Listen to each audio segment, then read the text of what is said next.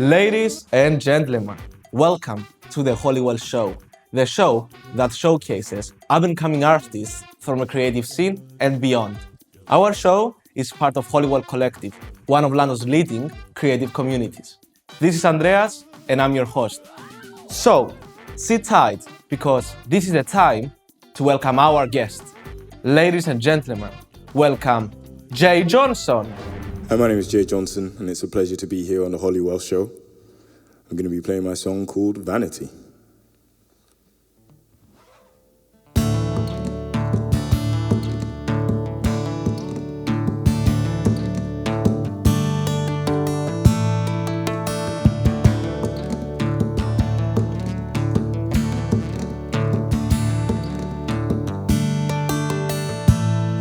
It's been 18 years, filled with laughter and a river of tears. Now I think I've got the soul of a tired old man.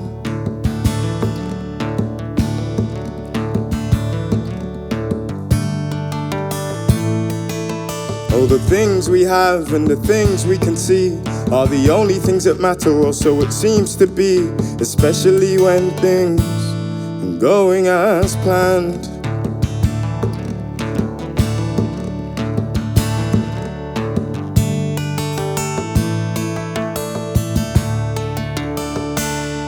No, but everything we know, everything we have won't forever belong to us.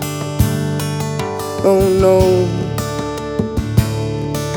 No, everything we own, everything we are is all vanity. I just hope when they're gone, no honey, you're strong enough.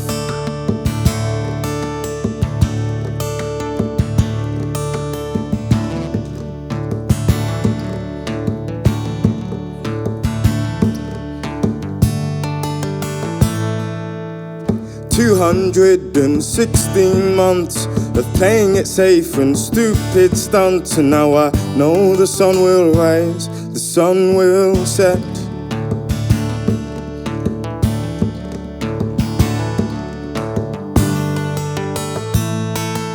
But if your obsessions lie within worldly possessions, then I hate to say, but one day you'll regret.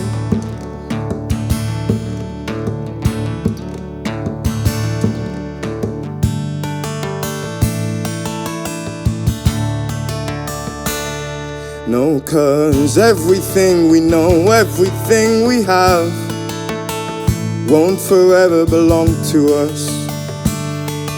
Oh no. No, everything we own, everything we are is all vanity. I just hope when they're gone, no honey, you're strong enough. Jay Johnson, ladies and gentlemen, welcome to Holywell Show, mate. Thank you very much. Glad to be here. How are you today? I'm feeling great, man. Yeah, it's been a great day. It's been a hot, sunny day today as well. Yeah, it's been nice and warm. Yeah. I think a refreshment is the best thing that we can do now. 100%. I was eyeing these up. I think I'll go for the yuzu. Sounds tasty.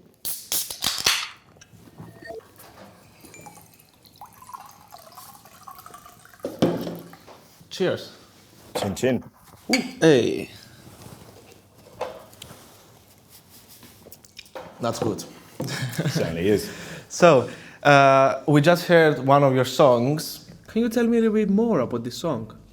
Okay, cool. So this song is, firstly, for people who know it, it's Vanity. I wrote this song when I was about, I think 16, max like 17 years old.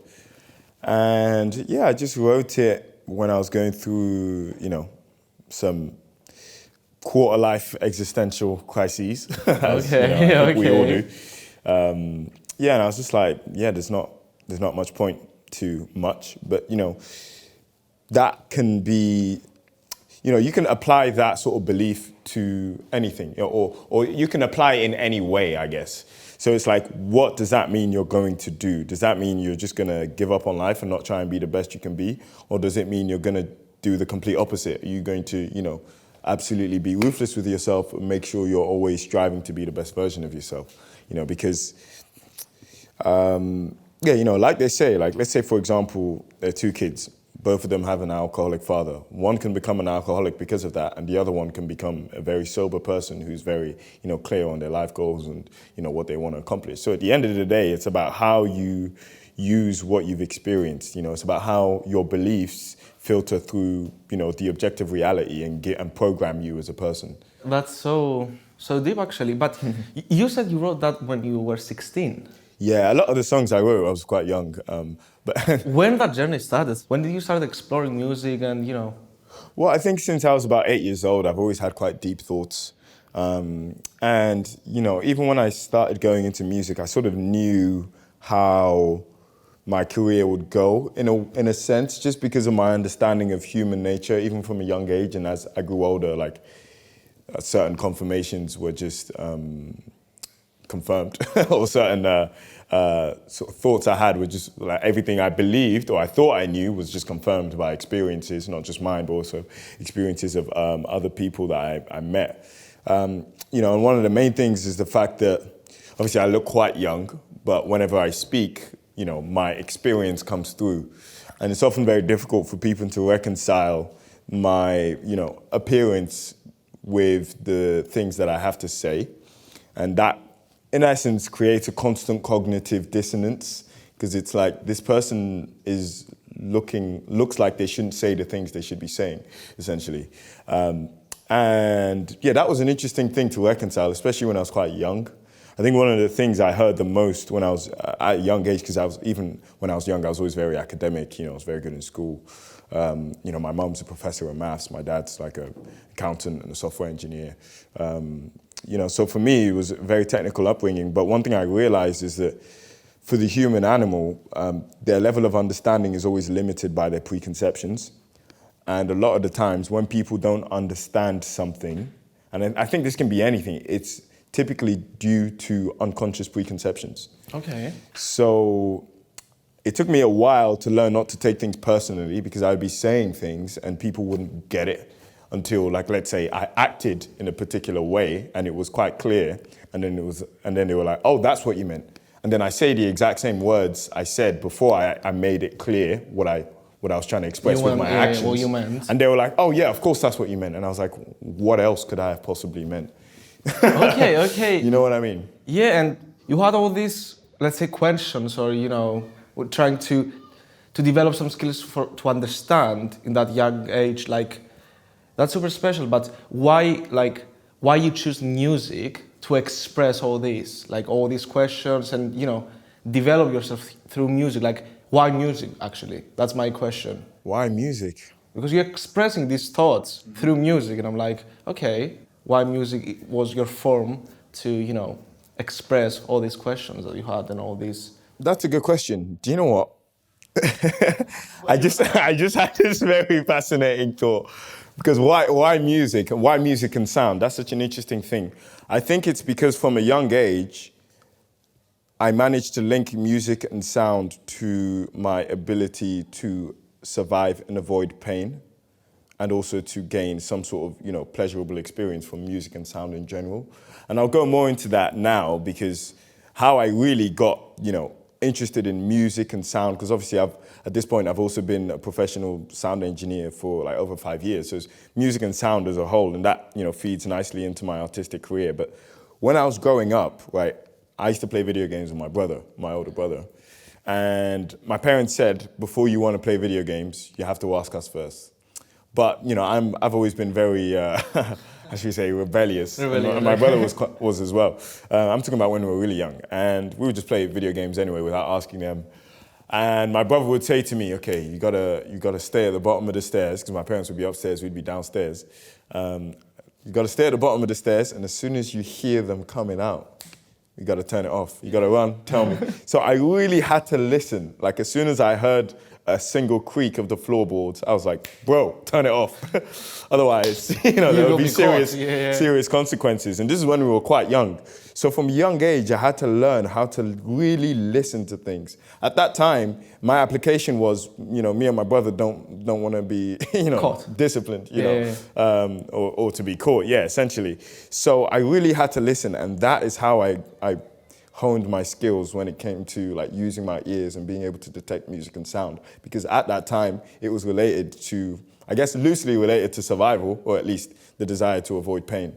Yeah, but it was a skill that you were developing. Wow. Yeah, I was very intentional about it. Whenever I tell people that, they're always like, that's one of the most unique stories I've ever heard. But yeah, it was just because me and my brother wanted to play video games without getting caught. That was the initial inception of why I decided to really focus on, my ears and sound as a whole. And then, of course, that transpired into music. Whoa, that's like I wasn't expecting this answer. You mentioned something, and I want to ask about that. So you mentioned that you used to work as well as sound engineer, and Yeah. so also you were working in venues and managing music venues and stuff. Can you tell me what skills and what experience you gained through that? Well, one of the first things I learned was that people are the most important thing in the world, and it all comes down to how you treat them. I feel like the world to a certain extent is a reflection of who you are, especially when you're growing up. Like our reality shapes us as much as we shape it, especially when we're young. So one thing I learned is that everyone is different. However, there's some general rules, and it's about reconciling, the concept of radical individualism, understanding everyone's an individual, and also understanding basic pattern recognition, and trends within individuals. So all these, not stories, but all these incidents, with my understanding, I think you get lots of skills on how to, it's communication skills in my opinion mostly, and I think it's important in every industry and everywhere. Like communication skills is like, for me, the A to Z when people have to work together to do something. Absolutely, yeah. Communication is such a valuable skill, and skills pay bills, as the saying goes. So I like that. Yeah, it's very important. So I wanted to ask you now, like all these experiences you gained through all the jobs that you went through, managing people, working with people, how you implement all these to your career now? Because again, you're a musician, you're working with people to make music. Mm-hmm.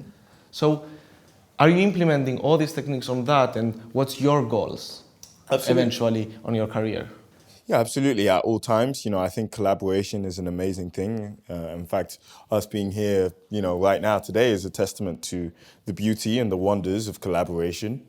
So, yeah, but in order to get to positions where people are willing to collaborate with you, you need to have a particular level of communication skills. And that affects my sort of artistic career in many ways, because I think to myself, how could someone else possibly understand this, And some people might think, you should just say what you want to say, and how people want to interpret it is up to them. And that's all right to a degree, but you also have to be mindful of, how people will interpret things, because at the end of the day, the aim is for people to have a particular understanding. The aim isn't for you to express something however you want, Because if you say what you want to say. Exactly, because then you're throwing away, or you're not taking into account the consequences. And it's about, do you just want to express something how you want to express it, or are you looking for particular results? At the end of the day, it comes down to, do you want a specific result, or do you just want to act the way you want? It's like the point is not to transmit something, but it's something to be received, Exactly. And I think about that a lot when it comes to the sounds I'm using, the tracks I'm using, whenever I'm producing, even whenever I'm engineering live, I'm like, how is someone going to hear this? Are they going to think, this hi-hat is too sharp? Like, are they going to think this is too loud? Are they going to wonder why this instrument has this timbre or this texture? You know what I mean? Yeah. But firstly, I think to myself, what do I think of this music? Right, okay, cool. And what could someone else potentially think of this music? To get a feedback as well. Exactly. Which is important in my opinion. Absolutely. I think feedback is how you learn. I've had countless mentors, and even today I still have mentors who do a really great job of guiding me. Because I think one of the main things is that I've always listened to people who have the lifestyle I want to have in future. Because it's like because at the end of the day, like people have the lives they have because of the beliefs they have. It's like that. Exactly. I think it all starts off with programming, which is biological, and then you have beliefs, which is societal, or actually more familial, right? And they really set in towards like early adolescence. And from beliefs, you have attitudes, right? And attitudes are more like societal, schools, universities, institutions. Attitudes affect habits. Right, habits are more dictated by, let's say, close friends, people you spend a lot of time with in your, let's say, later life in adulthood. And then from habits, you have actions. And of course, actions have results. I'm always confounded, however, by how many people don't like the results in their life, yet they're not willing to look back up the ladder and see what beliefs do I have? The actions, What ideas do I believe to be true? Because at the end of the day, this is what's resulting in this is what's causing me to have particular attitudes, which is causing me to have particular habits and take particular actions and also have these specific results. It's so like a domino, like literally it's like one after the other. And you like dominoes, exactly. Yeah, it's like domino. Yeah, programming, beliefs, attitude, habits, actions, results.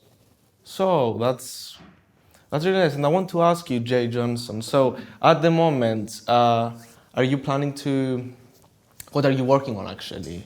Amazing, I'm glad you asked. So I've got an EP called The Cost of Convenience coming out on the 23rd of June. So yeah, that's going to be a lot of fun. That's quite an interesting one because, of course, the cost of convenience, I think is very interesting because of how society is going at the moment. And even when making this EP, it wasn't like, okay, I want to make an EP. I just obviously made a bunch of music as I usually do on a regular basis. And I saw that, these songs have an overarching theme. And the theme is, what is the cost of convenience? The cost of convenience, of course, is quite paradoxical because the cost is the value you place on the service or product you're acquiring. So you want this thing because it's valuable, but because it's so convenient to get it, you don't value it as much once you do get it. Yes. And that is the cost of convenience. So I just wanted to speak on that. Well, clearly, I wanted to speak on that on a subconscious level because it only took me a while after I written these songs to realize, okay, this is a theme. This is what's going to be, blah, blah, blah. Package it all together, get the songs in there. Speaking of that, I wanted to ask you, like, what is the schedule, let's say, or what's your habit in a daily life of you? Like, that's a great question. I like to wake up early. I think it's very important, get a head start. Go up to the roof terrace, meditate. Maybe do a workout. Okay, you said that you got the roof terrace, huh? Yeah, okay. That's quite nice. I think it's a really good time to, go there and see it and continue our conversation. Let's do it.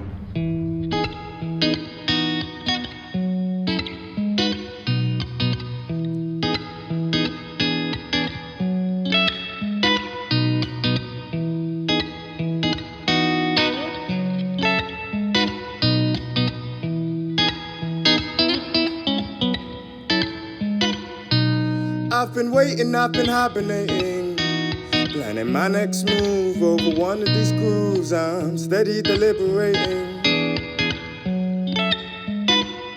Thought I was dumb but dedicated, when really I was young and educated.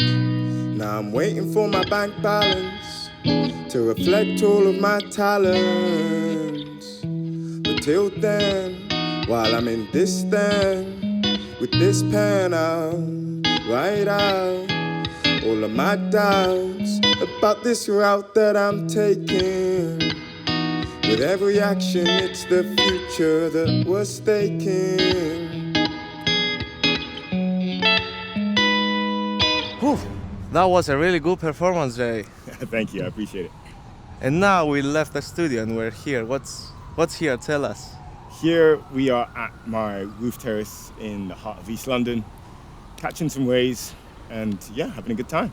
Hey, I have to tell you that, when I was doing the research for my guests and stuff, and I went through your account, I saw this spot like in most of your TikToks, and I was like, okay, this place looked like the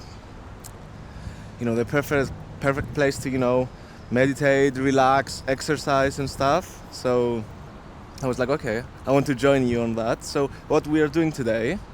Well, today we'll just do some light stretching, like nothing too major, just something to get us, I guess, nice and flexible. So you're just always ready. I think that's an important concept sometimes it takes too long to get ready for whatever life may throw at you. So the next best option is always to stay ready. And physically, that's very important. It's important to stay fit so you're always ready. And mentally, of course, keeping stock and taking account of your thoughts. That's a great way to stay mentally prepared and mentally ready. It's a combo always. Absolutely. Okay. Yeah. Guide me. Okay, cool. Well, I mean, first of all, let's just stretch out our legs. Legs are really important. You've got to take you everywhere you go. Now, full disclaimer, I'm not a personal trainer. At least not yet. But yeah, I always like to start off with a light leg exercise because that allows more blood to actually circulate around your whole body. Because of course your heart is in the upper chamber of your body. If you just stretch your upper body, it's just going to stay there. Whereas if you really stretch your legs, then you've got more blood circulating, giving more oxygenated blood to all your muscles, allowing you to just, pump that little bit more and get a bit more gains, because it's all about incremental gains. So yeah, this is a nice stretch I like to do. Stretch out the torso and look left. Yeah.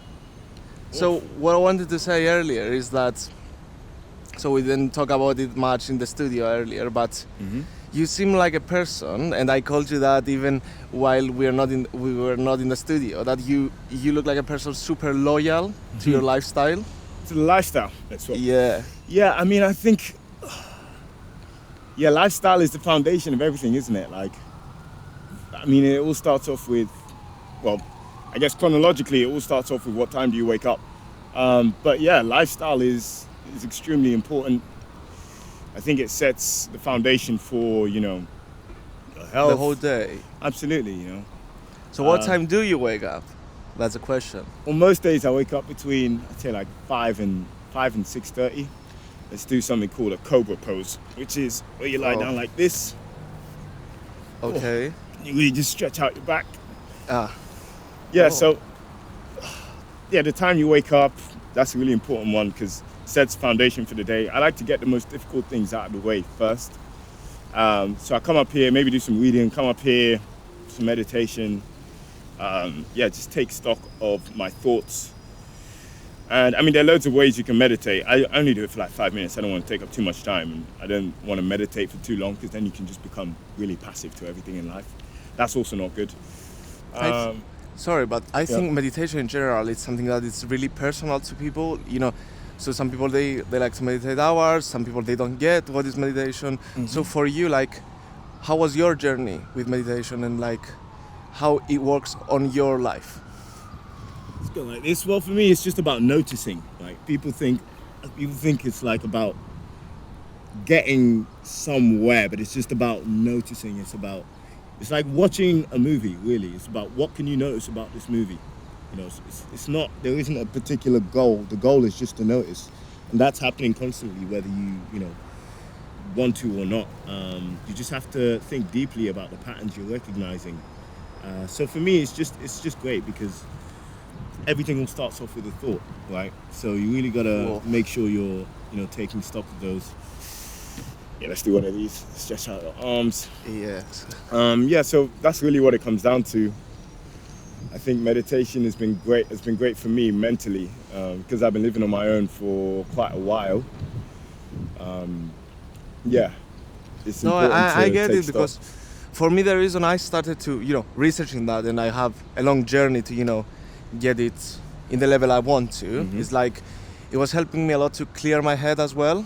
So I remember when for example in COVID as well, when I was waking up in the morning, I was having tons of notifications on my phone, which was if it's the first thing that you see in the morning, you get a bit stressed, or I was getting a bit stressed. So I started like around a year ago to every morning, rather than getting my phone, having my coffee and having half an hour of let's call it meditation, but with my own way to just relax and disconnect for a bit before jump on that. And I even prefer to do that outside the house. So for me, I like to going to the park next to my house to meditate there and clear my head there. Yeah, it's a nice one. I think being outdoors as well is particularly good. Now we're going to do a 1 minute plank. Oh. Perfect. I always like these. But yeah, I actually used to do the same thing. Let's go. I used to do the same thing and just be like, out in the outdoors. It's interesting because for me, like, I spent a lot of time indoors growing up. Actually, I spent a lot of time alone indoors. And that was really fascinating. I realized I had certain like ideas about, even leaving the home. Because for me, it was kind of like, unless you're leaving to work, then why are you really leaving your home? You know what I mean? But yeah, I realized that actually you can go out and just be productive and just spend more time outside being productive.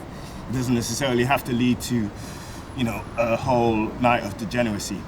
But of course, because of the kind of lifestyle I used to have, especially about 3-4 years ago, this was predominantly because of the work I was doing. So like I was managing the club, all this kind of stuff. It kind of, your environment affects you so much. So yeah, it's really important to...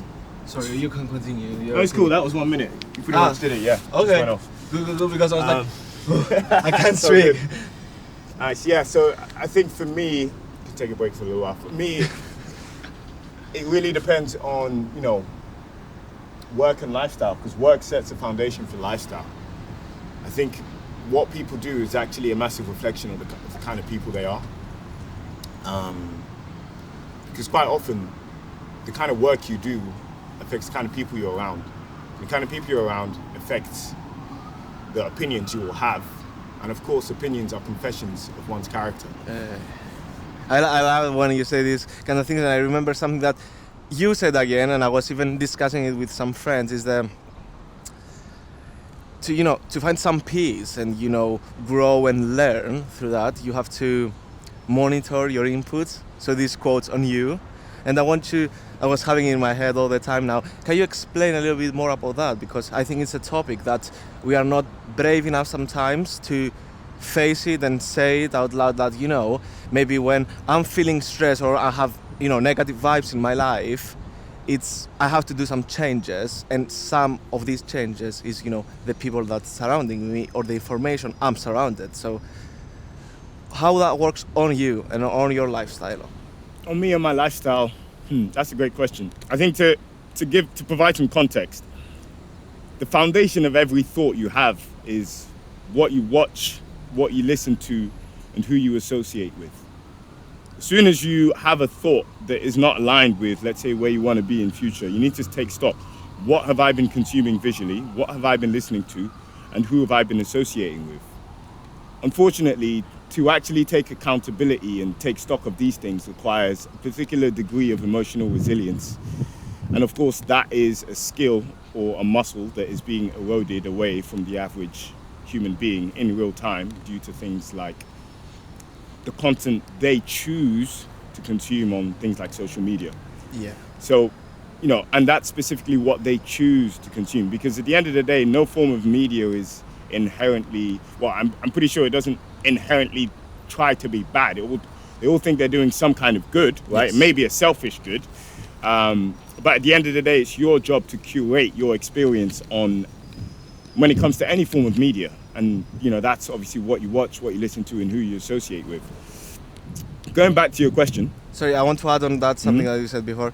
Is like, it's the filtering thing, because as a person that I study media in general, even social media or even the more traditional forms of media, it's not that they have a bad intention at all, as you said, but the thing is that an opinion or an information, for some people, maybe it's beneficial or has a form of, to teach you something or to, show you something. But for some people, this information can be, negative or either create some complex on the person and stuff. So what I wanted to say is the most important thing is, develop a skill to filter something and filter information if it's for you or not.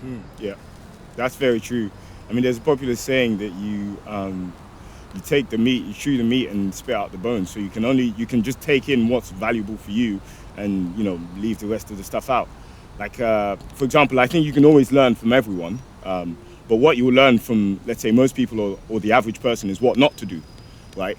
But yeah, going back to your original question, it's like you need to take stock of what you're watching, what you're listening to, and who you're associating with. because this is the foundation of your thoughts. So for me, it comes down to just being extremely emotionally resilient, you know, and making sure you curate your inputs, because life is like a massive algorithm. It's like, you know, it's like a huge, if you had to compare it to, or to describe it like something, it's like a huge algorithm. And of course, the inputs are the only thing you can control. So worrying about things you can't control doesn't make any sense. I think when one worries about things they can't control, I think it shows that they don't necessarily value themselves as much as they could, or they don't value their mental real estate, because if you really did, you wouldn't squander it on thoughts that you have no control over. So yeah, I think that's what it comes down to, making sure you only try and control things that are within your control. And you do that by being ruthless with your inputs, because that is ultimately what will affect your outputs. And a lot of the time, you know, people ask about, you know, how it makes you feel, you know, and there's a lot of talk about, you know, emotions. And don't get me wrong, emotions are very important. However, they should be indicators, not dictators. I remember you mentioned that the other day as well, and it really put me on some thoughts, because, you know, in my opinion, or in my story, let's say, I think emotions is something beautiful, it's something that it makes us humans, but at the same time, that's like a blade that it can cut you at the same time. So they don't have to indicate your actions. They can. They don't have to dictate. They're indicators. Do you know what? I just had this thought now. It seems to me like emotions are gifts from our ancestors. It's like about how to navigate through the world. That's what emotions are, really and truly. That's a perspective, of course. Of course, there are many ways you can describe them from sociological or biological perspectives, but even those two perspectives tie quite nicely into that description, because all the emotions we're experiencing them for a reason. You know, it's like a whisper from our ancestors saying, "Hey, this is a heads up. You might want to not go in this direction, or this is a great direction. You should keep going in this one." You know what I mean? I think a lot of people don't understand, like, also the cycle between emotions and actions. They think emotions are basically the only thing that can decide your actions, but people don't understand that you can also act yourself into particular emotions as well. And that is, to a greater or lesser degree, the key to life itself. like that. So that was amazing, man. Literally, I really like this kind of conversations, and I think it's really beneficial for people as well to, you know, listen to some minds or opinions. I'm not saying to follow anything, because this is a personal thing, but the most important thing is, you know, question some habits or some thoughts you got. Literally, that was, I'm amazed. I told you the other day as well, I really wanted to document that, because I like it a lot. So guys, make sure you catch Jay in all social media. You're gonna see the links here. So tell us the name, Jay. Yeah, it's Jay Johnson Official on the gram. It's probably gonna be somewhere here. Yeah. Where do you want it? Let's put it here. Yeah, maybe here. Here's a good spot. Yeah. It'll be Jay Johnson Official. That's Jay Johnson with an H and then official. My website is jayjohnson.co.uk. And yeah, that's where I express my mindset, my values, and my music, of course. Thank you so much, guys. See you in the next one. Thank you so much for tuning into the Holywell Show. If you had a great time, don't forget to hit that subscribe button so you won't miss any of our future videos. Show your love by smashing that like button and by leaving a comment.